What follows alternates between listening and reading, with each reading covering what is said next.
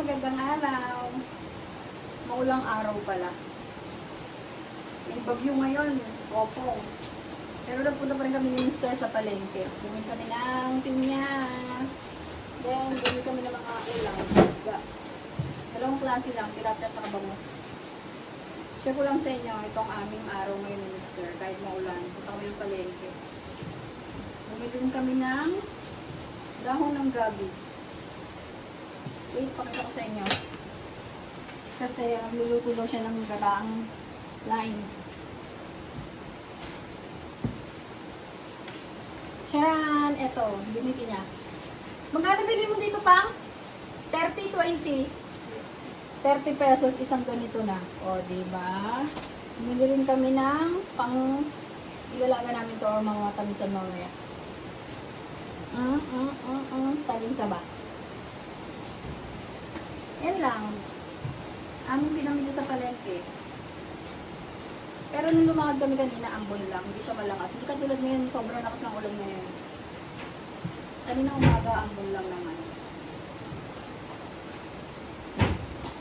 Sarap nito. Yun niya.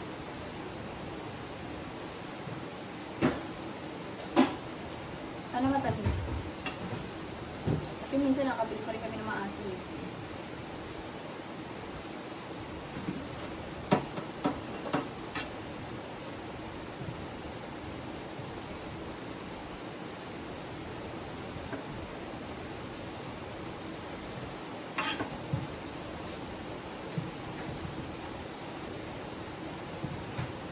Ayun, malaglag.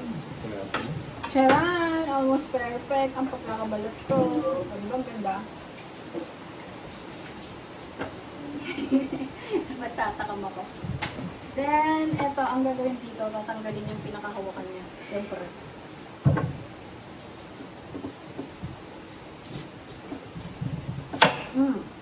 Nakalabas. Wait lang, papakita ko sa inyo. Matalas ba kutsilyo natin? May pagkapuro ng konti.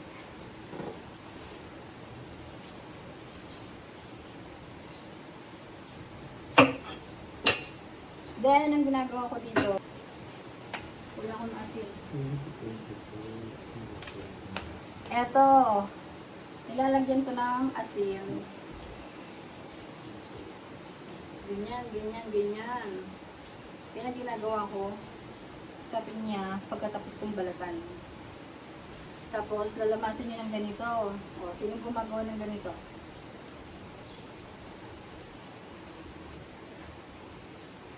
Kailangan balat na balat siya. Kasi minsan, kaya makati ang pinya. Kasi hindi siya nababalatan ng tama. So, almost perfect. Ang ganda. Ng pagkakabalat niya. Yan, ganyanin, ganyanin. O baka mag-comment dyan na kinakamay ang pinya natural. Kakamayin mo. Sila lamasin mo sa asin. Then, huhugasin mo lang ganito.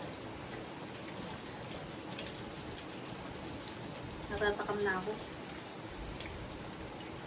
Tapos, patuturuin mo lang bago mo gagayatin. Yan ang gawa ko sa pinya.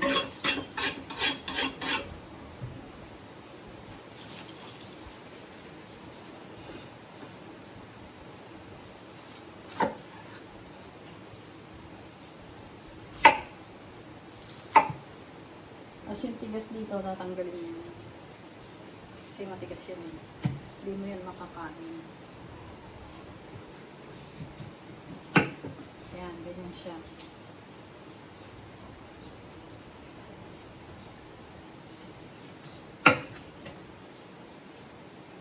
Ito yung mga tinanggal ko. Kasi matitigas to. Ito yung nasa gitna ng pinya. Walang nang lalagyanan.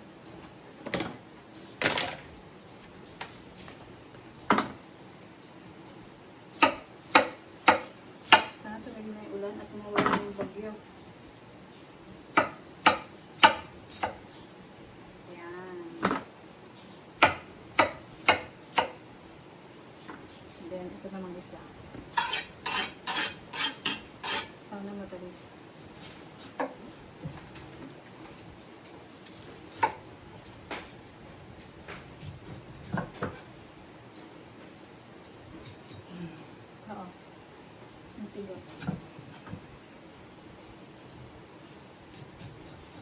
Binili namin ulam tilapia sa kabangus lang.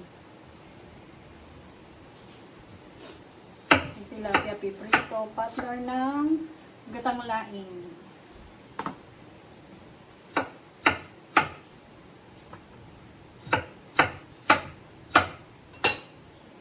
Charan! Tapos na. Ang gagawin natin ngayon, huhusgahan natin yung pinya. Wala tong alat ha, kasi di ba nilamas ko nga sa asin. Siyempre, inugasan ko, binalo ko. Ngayon, titikman naman natin. Bahala kayo maglaway dyan. Ang sarap. Matamis siya, pero may konting-konting asin. Pero at least hindi siya maasim na maasim.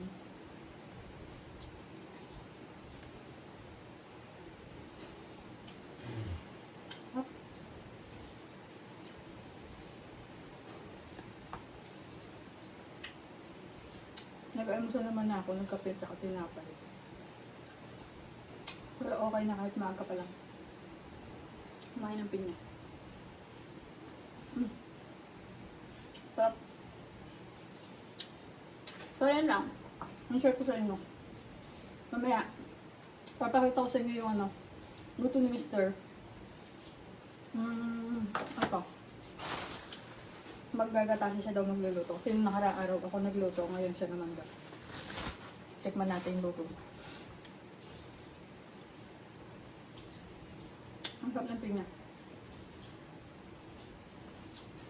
Pang, matamis yung pinya, pang. Nakapo, ayaw ko nang pigilan.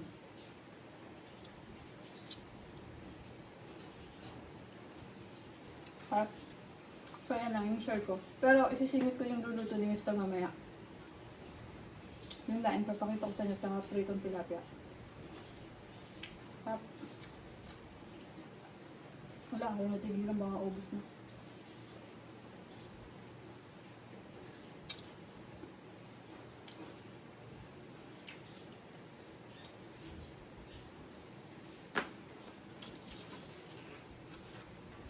Sama na. Baka maubos. May ulit ang halian.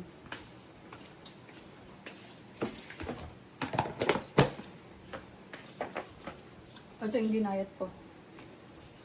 Baboy. Luya. Sibuyas. Saka bawang.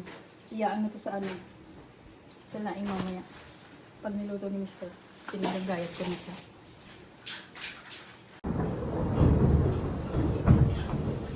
Lakas ng kulog, ayan na, ang bagyong opong, nag-uumpisa na po. Eto, binili rin to ni Mr. kanina. Labahita, daing. Magluluto na siya. At yung gata na binili rin namin. Kumukulog, grabing kulog yung gata. Naihahalo niya dyan sa laing. Tapos yung sabaw, yung pangalawang piga. Pangalawang piga ng gata. Magluluto. Si Mr. ang magluluto ngayon. Siyempre, bigyan natin ito para lalo siyang sumarap. Yummy, yummy! Sarapan mo ang luto!